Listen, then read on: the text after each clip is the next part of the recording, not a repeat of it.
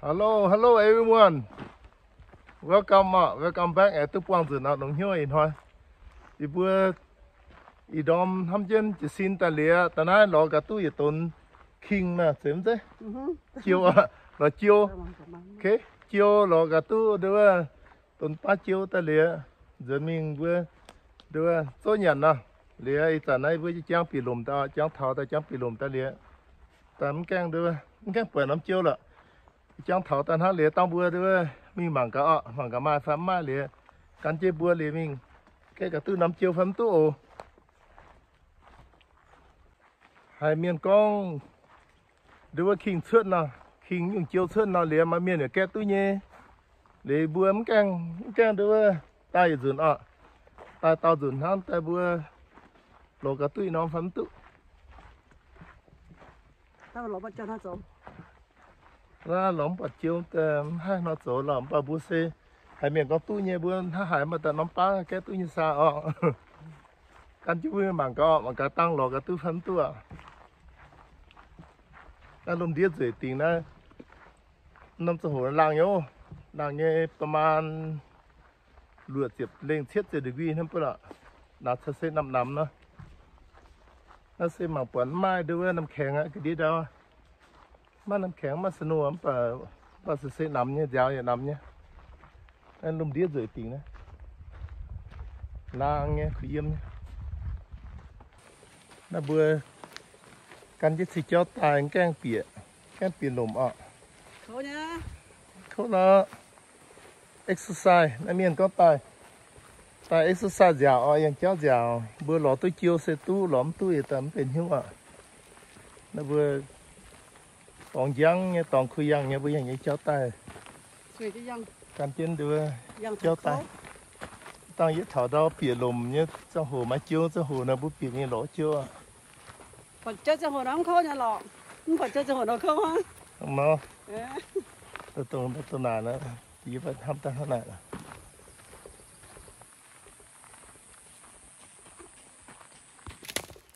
ยี่สิบเปลี่ยนลมจะลมเนาะมันจะหัวnhững cái quạt ta đưa bị lùng tới với dây trắng lòi dưới tay cả họ quả chịu chịu không cả tự nhắm thấy không phải chôm rồi nhắm thấy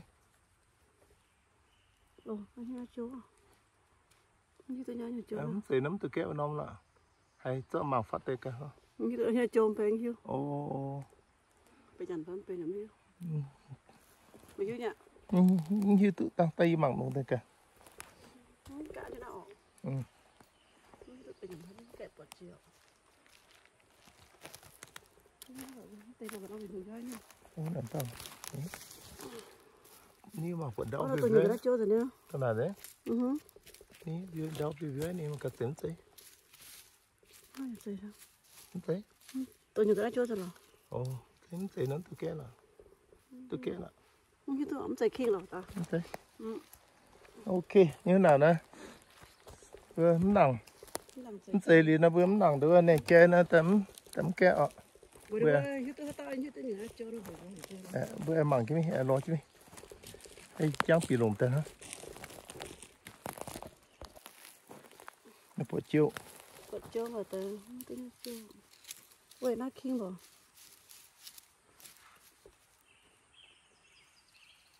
tôi nó chẳng cho dân ọ như tổ này nhận tôi vẫn tuổi em hiu tôi kẹm cả nó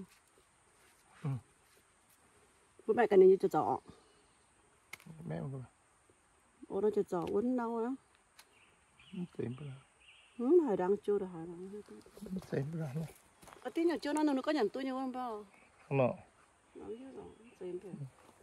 tầm my experience này quay tay mặn hết ô mà cái nó còn được chơi nữa ô mặn cái đấy ô nào kịp vậy bằng cái tí á ô kinh chưa luôn đó mà kinh chưa dạ vô đang thôi nha ô là miền con king là hả ô bên cái đấy phải ô dạ nó kinh gì chưa lắm rồi nè gì nhá king number one nào hả nắm tay thứ tay one hả gì nhá number one sao ô nè thú như ồ cả đô tao bữa tới nhận hai đô yang như ở cái đi à nghe hai biết chưa mà phát tên cả đó khi là hàng nó ô rồi nhé phải cho cháu nghe bằng nghe ô phải cho luôn cho nó bữa tao nói nhỉ vẫn cái chuyện cho như miền và quay ta xa luôn và bật cho nhé ý có hai miền con xưa na nếu bữa ta đây có mấy tu tham mà nó bắp bật tu nhé ok cái bữa nói chứ mình ạ hả mày nhá quan mà cơ bữa kẹt nó bữa anh dân cái hiếm tệ mai nhắm tới mai tới nóng chưa con đưa miền giờ giờ nha bữa tới như thế nào ok bây giờ con tao đi chơi bữa tới lỏ ok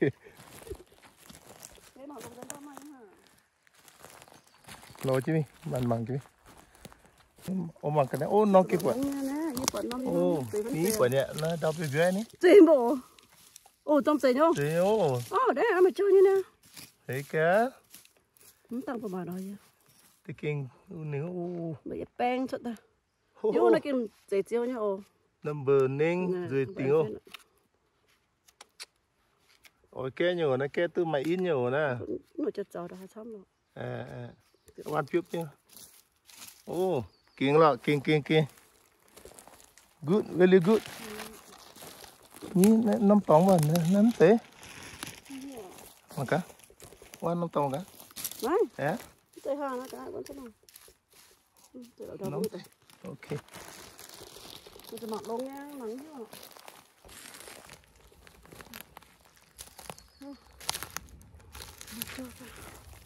không coi nha không có nhận đâu mò thế nha cắt tông cả ôi chặt luôn nghe đúng nghe thú nhiều phút dần qua dưới nhé chặt luôn nghe really pretty look at that nghe nghe yeah chặt luôn nghe ok còn cái này mà nó bỏ gói tí em mà cả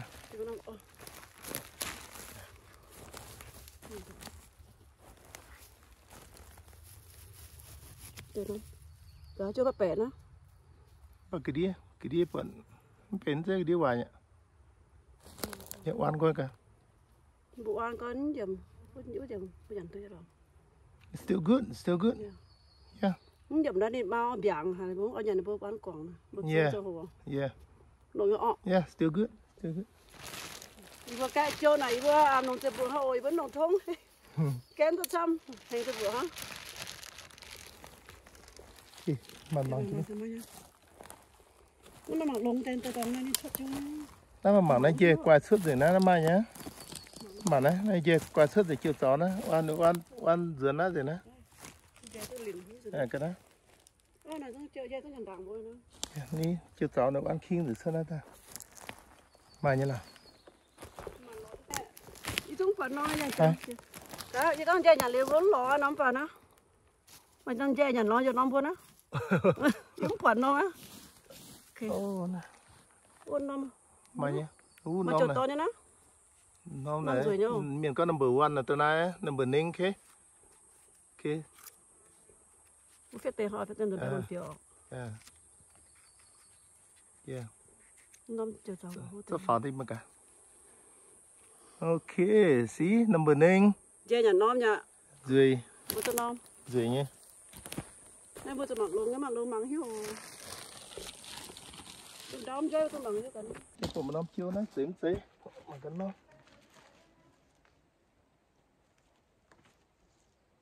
ô xí nè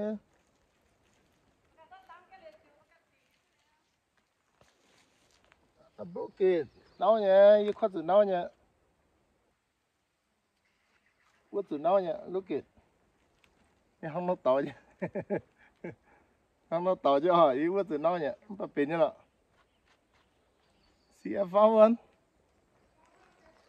Broken, but it's good. Good, look. Really good. Cái nó trâu rồi ạ. Cho hiên á, cái nó trâu đó. Cô sao gọi nhở? Bên có. Cái thằng cái pin không pin. Trâu thôi nhá. Chết đi.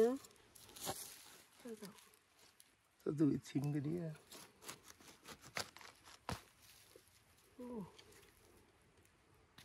bên nhà nó bảo chưa bằng gì nữa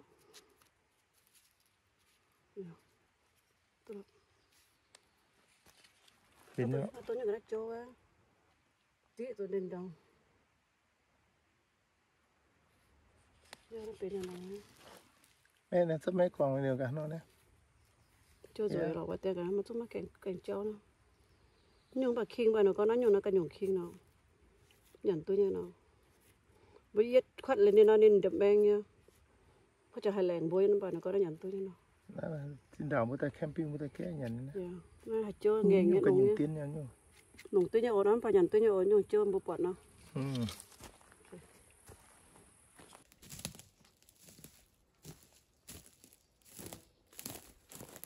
ô ní chưa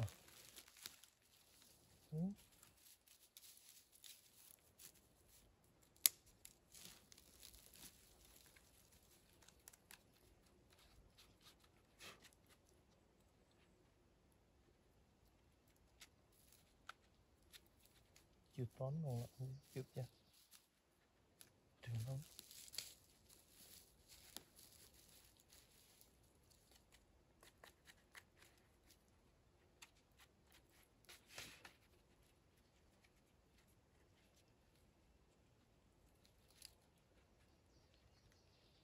Right here.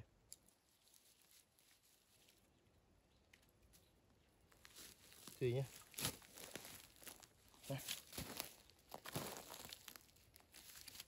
Number 9. Thật ra thì cái tên chưa number 9 number 9 nó tối nhiều là nó cũng tôi phải mang cáo cái tôi cho vợ tôi thả nó còn tay với mình bọn hết chồng bông bông luôn ta bữa ta mang cặp cái chạy vẫn chạy nè mang xuống hiu nó bông bông nè nó chơi nè nó chơi ní chơi sốt tới một trong con đồng hiu chơi nhẹ nhẹ em mang cặp vô thô con nè cái này nó kinh á rồi có mong tòng nó nên có nên mà chơi cho tòng nó nên cái hết này là nên lỗ mai nhá tham bộ phiệt tòng chơi đâu dần hoa bộ phiệt chẳng tầm bằng nào chẳng đâu chơi bằng nghề nghe rồi có lọ tôi bán cần không cho nó ăn thế nào cần không sẽ vẫn phải nó mai chung vậy vậy không chơi được tòng tay cái bàn nó tay mình nó chẳng bông bông đâu mình đã đáp đến theo bà mắng nó hiu bơ bà cô mắng nó hiu tất cả sẽ cũng sẽ hay đi cái đau nghề nha ní cái bàn quả đau ô nó thật ôm nhau phải yên ôm đó cho to bà đau nghề nghe nó đâu bữa đua đâu bà bông bông nó bữa đồ nhớ nhưng mà hình pan nó đang mở chiều nhở nhá nó mở chiều nhá nó tao mở chiều nhở nó tao chiều trang xuất chưa luôn cô wow cái con nằm bật đen tụi nó luôn cái nó hai cái kia mà nó nhá ô yo đừng bùa pan lôi hết nào bùa bốn tùng đâu cầm dĩa ồ nó đau dình nghe bỏ cho chăm nhau nó ở bữa cái đó cho to thì nó nó giờ cái chơi dẫn tấn tăng bộ mặt đều bữa ta nồng bùa ha cái tiêu rồi nó bàn rào cái đó bánh nòng sốt ồ ok bữa cạn cái thêm một cọng ô tỏi trên này dây chờ ya nó muốn tùng kẹn sợ rồi trên này cần suốt nào cá chô still phải con nè thốt rồi lọ kẹm mua nhở không tốn rồi nào để tôi cho nó phải suốt vào Trắng.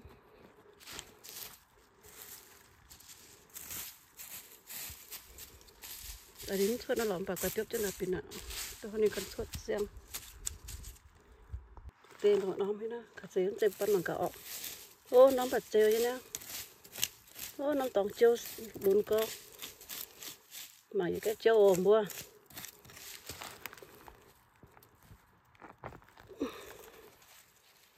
Wow. Buông, hiện bông búa hay bông hay hiện chưa. Không tỏ mai chứ phải cho lún trăng suốt lắm. Không sao nào. Ok, các bạn mà nói cho mình cá tiếp bông bao nhiêu phọ.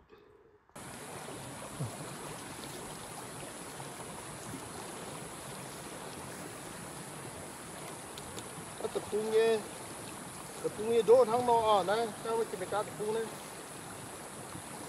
còn nó ta vừa còn tiêu đỗ giàu tiền ô uống nắm tiền ô nắm khéo uống đau gì ta này mày tao đã giáo phụ giáo cái này uống lao tiền giáo hiến là hả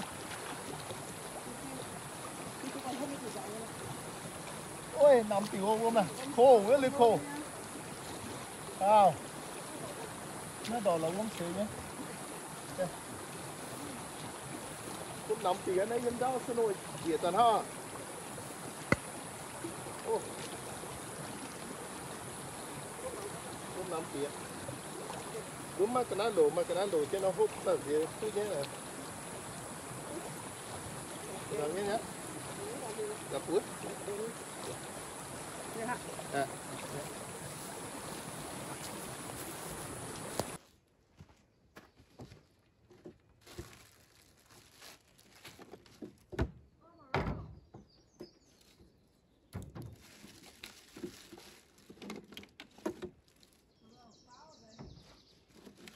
buổi chiều ồ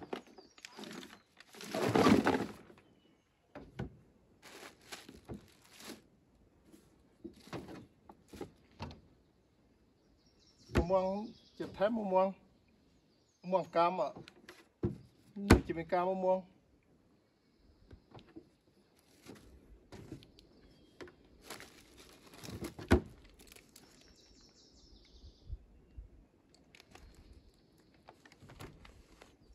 nhau là phải quá nhà đó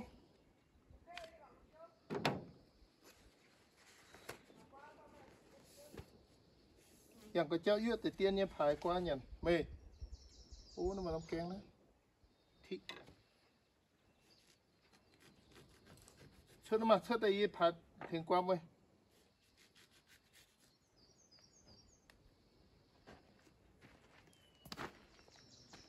ยุ่งกว่ากันนะก็เป็นกำตีงเราน้ำมันตาก็ยังเนี้ยกันนะchiều chia Dạ, bên này có thì cho mày cái rồi nhở. ồ cái chấm thì chiều chia cho hồ Yeah, mà cho chia đâu. Bởi vì có cái kẹ nào bỏng, cho hôm bằng cái rồi. cái từ cái Đi tiếp đi. Nhanh quá. xì cái cam ấy khui nhỉ Ồ. Nằm nè. nằm nó cảnh đấy nó kháng đấy yên này yên từ từ mình đâu này ở to chân tao từ piêu mi à tao từ qua piêu hiu bà là tao chỉ mình để tao bơi sao sao tao lủng mình xuất tao nó bơi chàng cát phải nó bơi gì thì tao nó bơi tút lăn nhà nó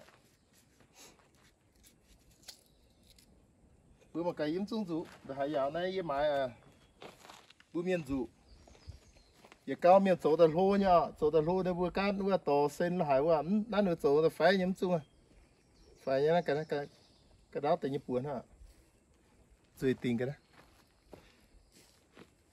nồng phiết qua luôn hả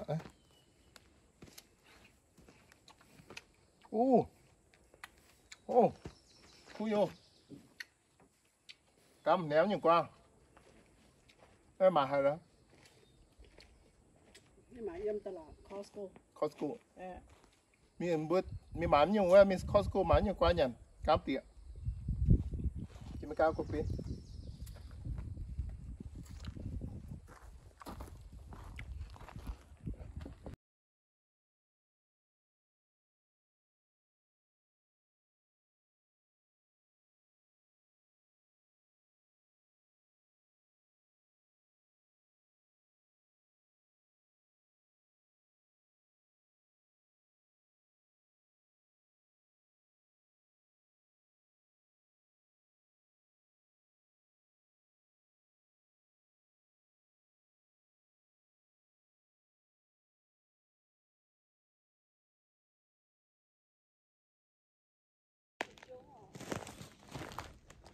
em mới nhận mẹ chưa nha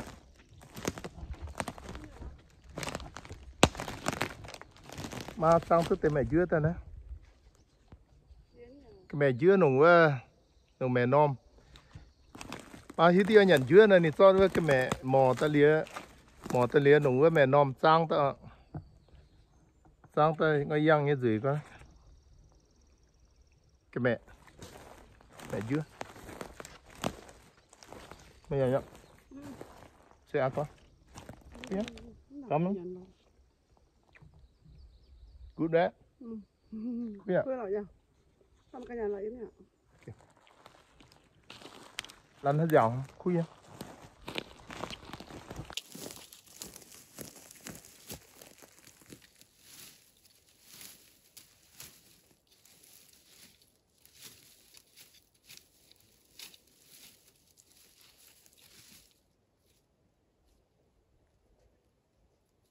Nhưng chưa nó phải nhận những chưa. Nhưng chưa phải nhận những phải vừa. Nặng mà mới ấm đã khu thì tại miền đấm nặng nhận ấm phải ít số bậtมันdưới nó bà kết xuống phát à kết xuống phát ta ốp nhận nhé sao chết đây sao cho ốp tấm bà khu nhé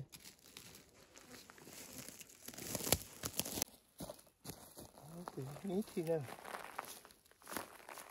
nó cụ thể luôn nó mà tê chịu răng luôn cụ thể có gì nhá cái đi Coi nhỏ. coi à hôm nay nó bữa hôm nay nó con bướm ỏi nhận cái đi nó bữa mẹ cái đi kháng quảng mẹ ạ bữa xong kháng này không kháng nữa nhá không kháng này nhìn đứa biển nhá số thì nó ỏi nhận nó mà Đó là mấy cái cháu. Ok rồi. xong kháng lại mẹ quảng này Chưa bẻ.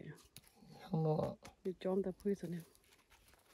cái này nữa nhìn chôm nó chôm phui đi này không nó tụi chăm bố cái đào ở tên này nằm bờ nén ở tên này nằm bờ nén thì tên nó hiểu rồi nó mà nằm bờ sút nhầm bao Bắt ta phân nên mấy cái nhận được rồi. yeah see you take this out this pot is really slimy but that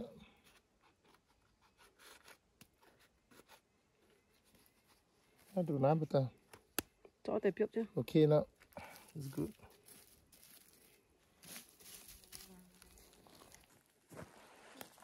chiều ô tao thấy nó chợt chọt lùng phấn nồng nó nói như vậy có nhai còn nó nè nhìn phu nhầm bao giờ quan nó cả quan cái nó chưa nó tỏi keng cầm gì nó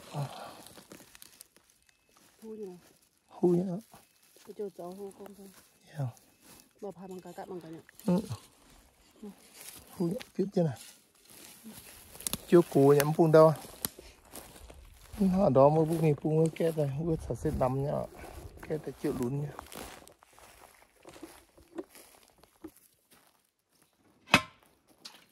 sao có lùm xia toan có hành những xia như nào gì là số mà nhận ạ số IP mà nhận nước được quay mama mà chia dùng xí nhé chia dùng xí nhé số mà ta nhận đấy mà mình sao tổ ta dẻo lắm thì có kinh không chứ tài đồ thật tôi chiêu là tôi tệ nhé cái tôi tệ nhé là tôi không tệ nhé bữa ta cái ta dẻo sao lùm đĩa dẻo hả tôi im con béo vậy hay khô nhé để quay ta sao dẻo sao lùm đĩa là bữa tôi quật sao lùm đĩa là hay dẻo nhá hay mai hình hiếu nhé mà đưa cầm lăng chay nhá good exercise đó hay tôiยังเจ้าสิตอนนั้นปีลมนั่นยังเจ้าหน่อยแต่สาวลมเดียมิงเบี้ยนเจ้าก็เดียเบี้ยนเดี๋ยวว่าดาวมิงหรือว่าอ้อยตีนั่นเราตอนนู้นตัดสาวอย่าง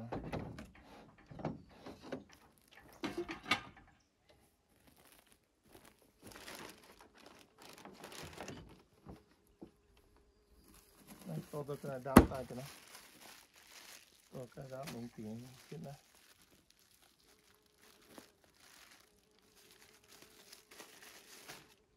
hết xía cho hồ nó vẫn tham ta ô y bùa bêu bukan nấm chúng cả bukan nhàn nấm bờ sẽ tao dùng cái này tao mà kinh số sửa này giờ xăm nhau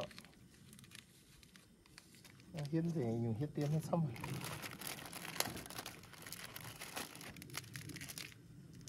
dùng hiến tiền mà này muối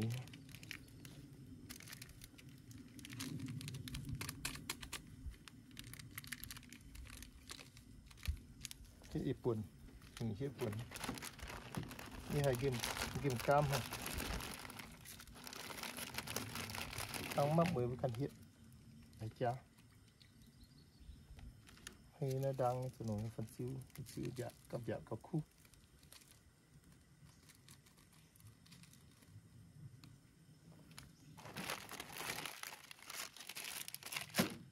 cho ở pháo ta hiện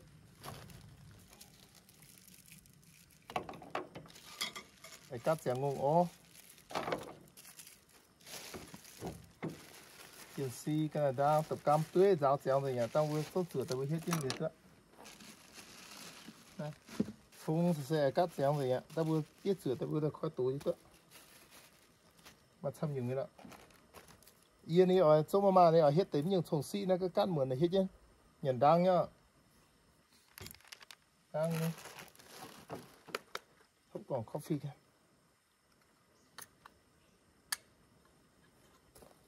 cái gì lôi nhau mà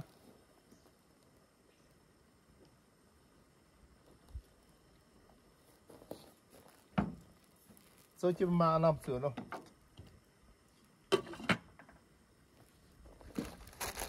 mà tỏ tự im hoang mà tỏ pia peo pia peo nút đồ ta để tăng là cái nhà tôi chỉ peo khoai bua peo đắng cái xia tao nó mày chính phố cái thứ nhỉ thì gì nào là mày quay pháo đó nó mình sao cô này gì chứ cô thì mà xăm nhé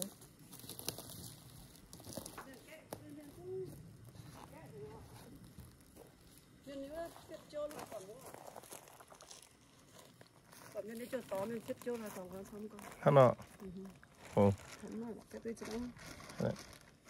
mày pháo được tăng mà cái gì nó được kia là bây giờ cho chồng mà chứ thằng bêu nhưng mà cái mày thằng tự nhận tôi chỉ bêu một số chỉ bêu yêu khoai bêu bêu giờ nó bêu bêu có lọ cái đó bêu bêu có cuốn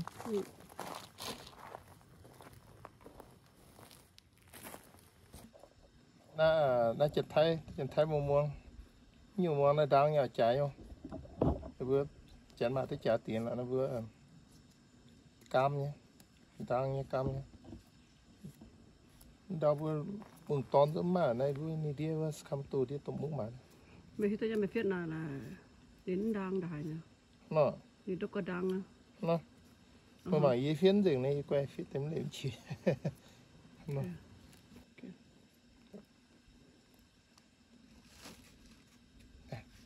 xây cái này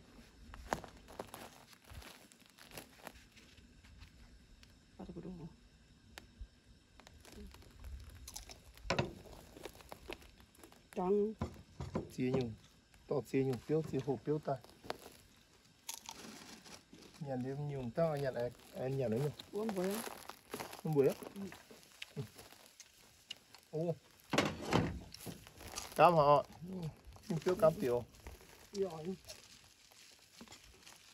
ăn này đó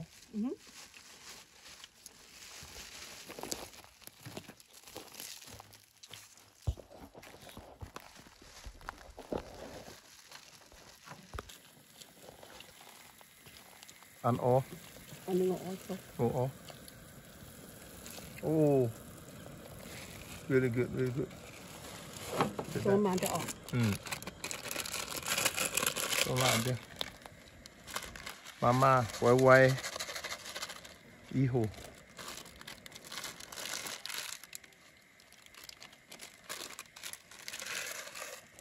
tôi đây nắng khô nó không khui nó mà cam con khu rồi. Đây là một cái khu rồi. À. Ok, em có ăn không? Anh cả đang họ. Chúng ta ít sữa ta. Mít bò. À, chỉ cần cái mít bò. Mà mít bò không? Ồ. Ok, chỗ luôn. À sao cái này đang hết rồi bạn? Cam tươi chân chỗ. Cam tươi ăn gì chiêu chứ nhá. Ô, cái gì cái này đang ăn rồi. Cao ha? Ừ, hả?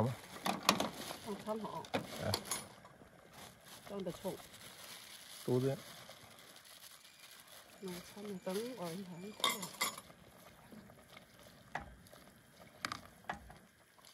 Là tổ ọ. Ừ. Hai mong cái, chứ phận mong cái. Ô. Tốt rồi. Đi ta nhận hắn xong con. Ok. Vui nhận tăng liền, mình sao tổ. Ô, sữa như này mang là khu nhá.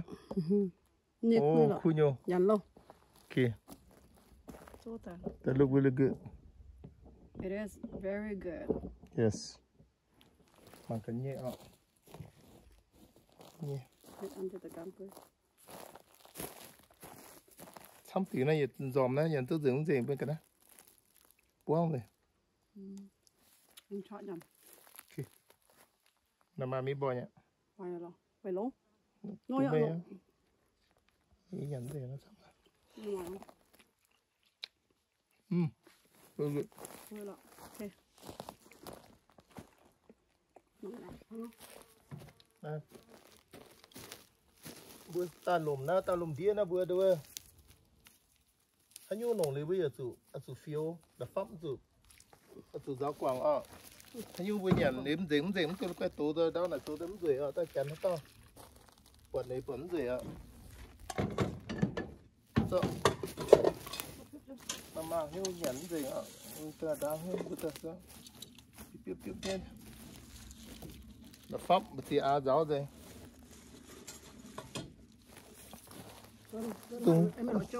Tung quay quảng đó bữa là 2 bữa rồi là pháp bây giờ giáo chia rồi.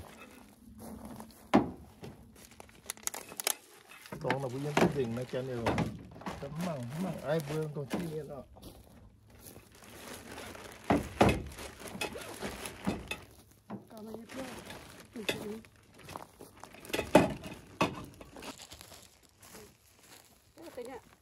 Đấy, cái tôi tiền đấy. Tao chỉ bữa bữa. Gì nhá? Gì đó mẹ phun một bữa, mẹ phun xịt chớp rồi. Xong rồi. Chẳng cái tao thứ tu này. Quay ta gió cái.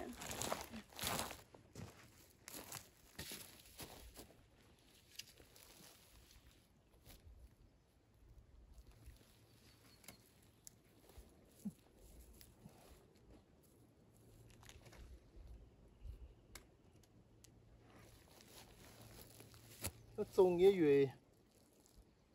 Trồng như đó xếp mà, phá xếp cái trồng như vậy này. Ni giờ ta kita giờ đun nhé. Nó bữa. Tao chụp bữa tàu khlao là hai bữa chỉ ở nhà là hai bữa tao này thảo chế cho từ tiền này cho chế thảo chế bữa ta. Bữa tàu chỉ xếp tiền ô. Anh nhìn nó gái nhỉ. Gái nhỉ, anh nhìn yếm mưa. Quả trồng đằng này điệp giờ ta nó nhìn đuôi chun ta, nó này gái ta nó niệm kỹ miệng nó. Có bữa tàu nó bữa áo tệ ta ní. Nó đun sắm bao nhé, áo tệ ta thảo chế đằng bữa ta. Cái quay giờ chứ giờ này tệ bữa. Bữa tàu là hai pha. Bữa tàu chỉ xếp tiền ô như cái này. Nó bẩn dùng piang xuất ra rồi nhé, bữa quay xứ tiền ta mảng này.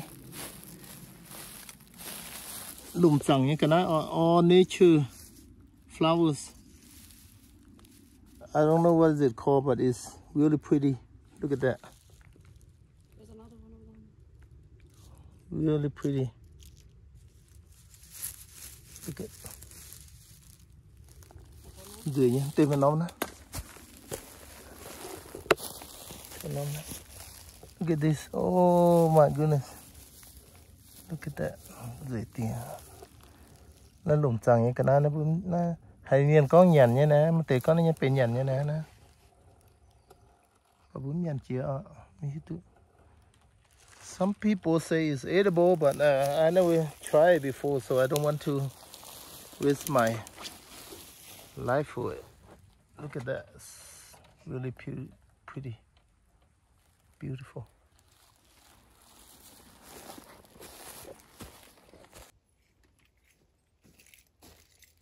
Nhà liên hàng lấy vừa em mi lo có chiêu điểm nặng túp bể nọ lấy rồi hai lùng bán té lấy yêu dừa nè lẹng sinh sắm miền mua thêm mảng ô thank you đi vừa đó vừa cháu cô để tiền nhá lấy rồi hai thì hai bữa căn quang chia xuống miền mua thì hai quang chia ô